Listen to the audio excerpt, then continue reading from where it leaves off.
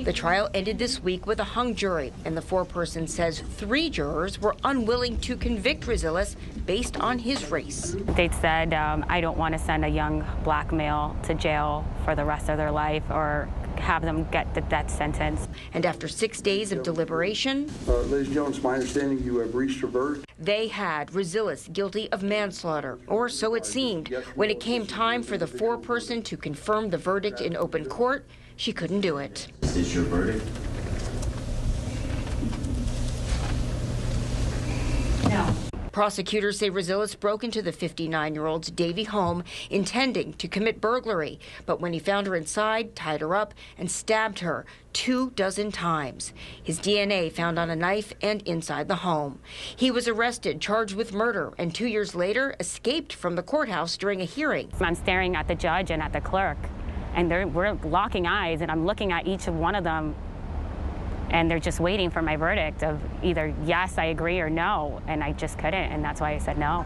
She said most of the jury was ready to convict Resillas of at least second-degree murder, but 3 refused because the defendant is black.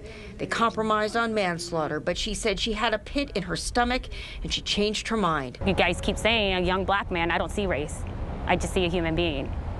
And, you know, one particular person said to me, hey, if you were outside this courtroom, you would have gotten smacked out in the street for this. A juror who served on the Derek Chauvin murder trial is now defending a decision after this picture of him surfaced online. Now, he was wearing a Black Lives Matter t-shirt that said, "Get your knee off our necks," a reference to George Floyd's death, and that it was taken during last year's March on Washington. He did not confirm or deny the authenticity of the picture to CNN. Let me first read these 2 questions that were on the questionnaire sent to potential jurors before selection. Second question, other than what you have already described above, have you or anyone close to you participated in protests about police use of force or police brutality?